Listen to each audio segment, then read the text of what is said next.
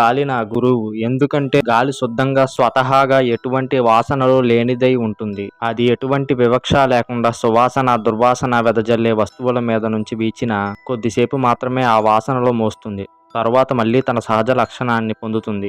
అలాగే ఆధ్యాత్మిక సాధకుడు కూడా ఈ ప్రపంచంలో సుఖదుఖాలు వంటి ద్వంద్వాల చేత, విషయ వస్తువుల చేత ప్రభావితం చెందకుండా సహజంగా ముందుకు సాగిపోవాలి. తన మనసును, హృదయాన్ని ప్రాపంచిక వస్తువుల వలన కలుషితం కాకుండా చూసుకోవాలి.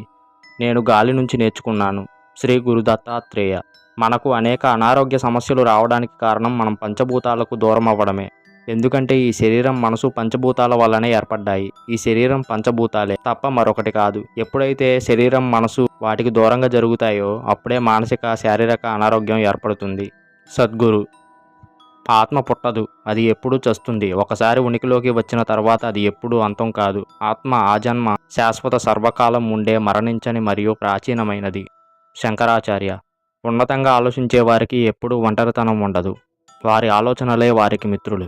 గట్టిగా సంకల్ప బలం ఉన్న వ్యక్తికి ఈ భూమిపైన ఏదీ అసాధ్యం కాదు. స్వామి శివానంద.